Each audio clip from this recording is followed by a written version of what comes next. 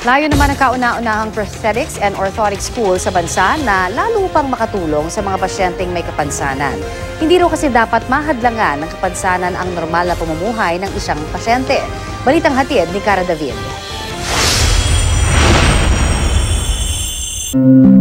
Sa murang edad na 8 taong gulang, dinapuan ng bone cancer si Crizel Manyalak.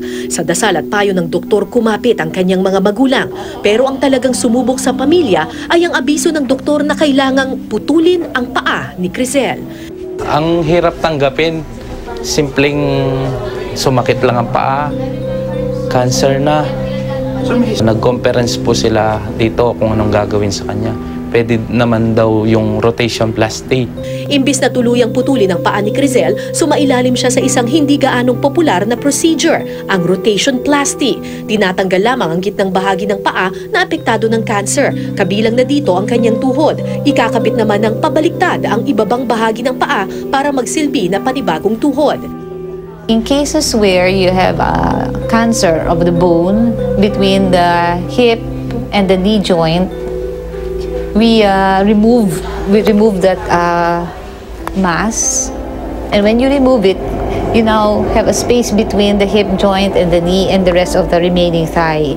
Dekada 70 pa nang unang gawin ang rotation plasty, pero hindi ito madalas gawin dahil wala namang akmang prosthetics para sa mga sasailalim nito.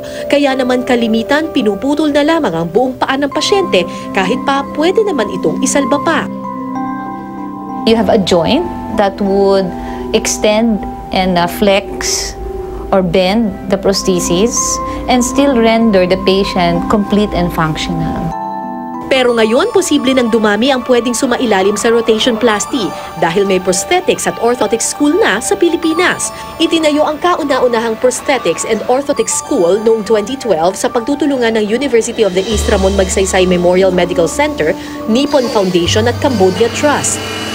There's around 4.5 million PWDs in the Philippines and who actually needed prosthesis and orthosis. UERL entered into a memorandum of understanding with Nippon Foundation sa Cambodia Trust, which is now called EXCEED. So it's a capacity building. Sa kursong BS Prosthetics and Orthotics, pinagsama ang Biological Sciences at Engineering. Pero hindi lang daw talino ang hinahanap nila sa mga estudyante. Mas importante ang puso at malasakit para sa mga persons with disability. Mahirap po talaga siya kasi hands-on nga po. So parang paguran po talaga. Hindi lang po mentally kundi physically po talaga yung paguran. Pero kung makikita mo naman na yung patient mo na maglakad, na gawa yung device na ginawa mo, sobrang saya po. Sa paggawa ng prosthetic leg, kailangan saktong-sakto ang sukat nito sa paa ng pasyente.